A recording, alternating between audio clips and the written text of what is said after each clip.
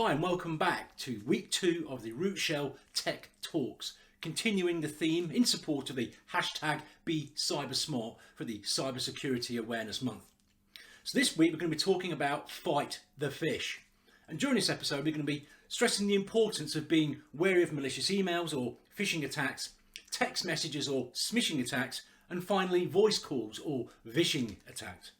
So think before you click on any suspicious emails, links or attachments. Verify before you reveal any information to anyone that you do not know, and make sure to report any incidents of any suspicious activity to the authorities. Okay, so let's kick off. Let's talk about phishing.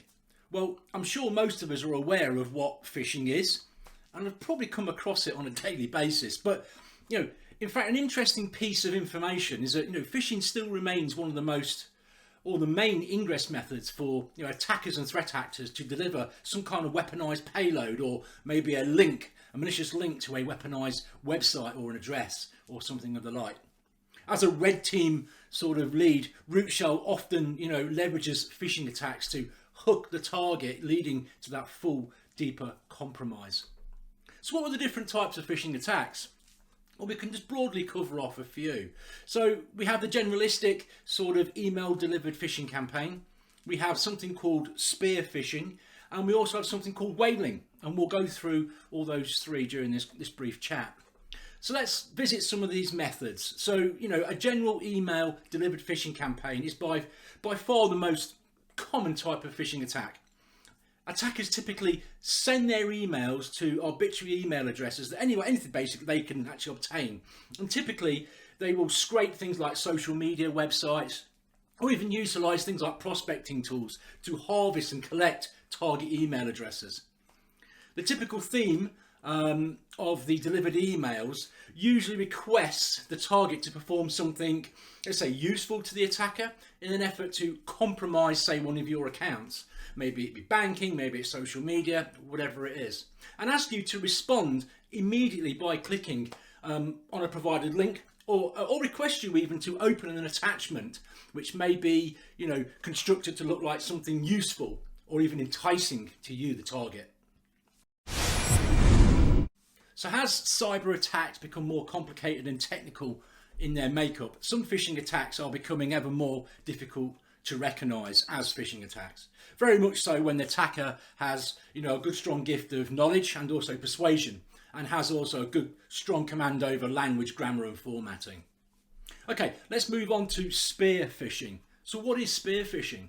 So spear phishing attempts to target a specific group or even an individual, rather than just blindly firing out random phishing attacks to a bunch of harvested targeted email addresses in hopes someone will click on them. A spearfish attack is more targeted and precise with a definitive goal. A whaling attack takes the spearfish attack to another level. Like the name indicates, it's looking to land a big prize, the whale. Moreover, the CEO or a person of significant interest to the attacker. We find that the more targeted the phishing attack, the more realistic and believable the format, the context of the phishing email becomes. Typically, the attacker launching a whaling attack will have knowledge of the target and will look to exploit that knowledge. So what can you do in ways that you can check for legitimacy of these different types of phishing attacks? Well, first thing you can do is check the source of the email. Check the sending domain names. Often they are mangled to look legitimate. Check them. Inspect any link that may be included in the email body and look for a sense of urgency or demand, and not forgetting suspicious language and poor use of formatting and grammar. And finally, ask yourself, is this something that you are expecting? Is this the typical email that you would expect from this sort of sender? And even if it is, verify it. Pick up the phone, speak to the person at the end before actioning anything that you are not totally sure about. Okay, so let's take a look at SMishing. So what is it? So basically it's a form of social engineering, like phishing, however using SMS, the short message service that we all leverage on our mobile phones. We've all seen them. and perhaps noted a marked increase in their volume, their persistence and their ever plummeting levels of ethics. Basically, it's a text message to get you to do something useful to the sender. And this could be to action a link or even get you to do something. Now, you might place your trust, into the origination of the sender and think, well, this number, actually I recognise it, I know this is coming from.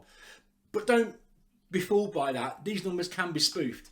And an attacker that can spoof or manipulate this number, it makes it a very, very powerful attack.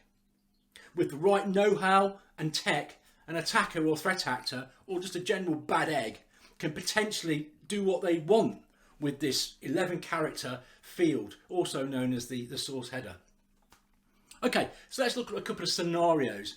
A typical opportunist SMish will be sent out, will send out a text to lots of victims, pretty much in the same way that an indiscriminate arbitrary sort of phishing attack would work, with lots of victim numbers, in the hope that someone will action that request. The sender field will typically be something that we can all relate to or trust.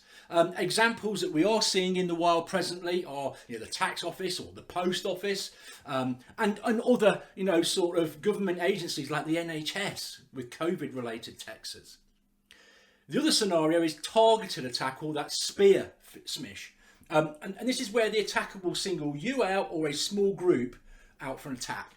They will typically have a focused objective and a theme, and have phone numbers of real entities of people that you potentially know or associated with, so they could masquerade or spoof that number in hope in tricking you that you think that's the real person that's sending you a text. Attacks having the ability to spoof a source number are a devastating attack vector. As with any communication, verify if you are unsure about the legitimacy of the text, and definitely before acting or actioning any link or process. Okay, so finally let's talk about vishing. That's V-I-S-H-I-N-G. So phishing, but with a voice. So phishing, smishing, we're all aware of. However, there is a thing called vishing, and it's social engineering delivered via voice call. I know most of you have probably experienced them. I have.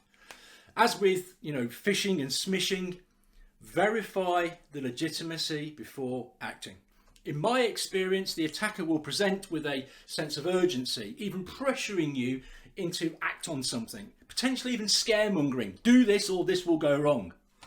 Vishing is essentially a verbally delivered scam, delivered by a phone call. It could be either a live person, or actually could be pre-recorded. I've received both. Never give personal or business information out to an unsolicited call. In fact, always verify who you are talking to. Nobody is going to think any less of you by hanging up the call, verifying and potentially calling back on a known trusted number if needs be. Remember, you are in control. I know of people who have given fraudsters remote access to their personal computers as a result of a vishing call, bullying them into downloading and installing some software, then to share screens, and then giving the attacker potentially remote control of their PC. I've heard of some horror stories where victims have been asked to, share a screen, open up their online banking, and then essentially, they get relieved of their life savings. It's absolutely devastating. Remember, you are in control. Just say no and then get some advice.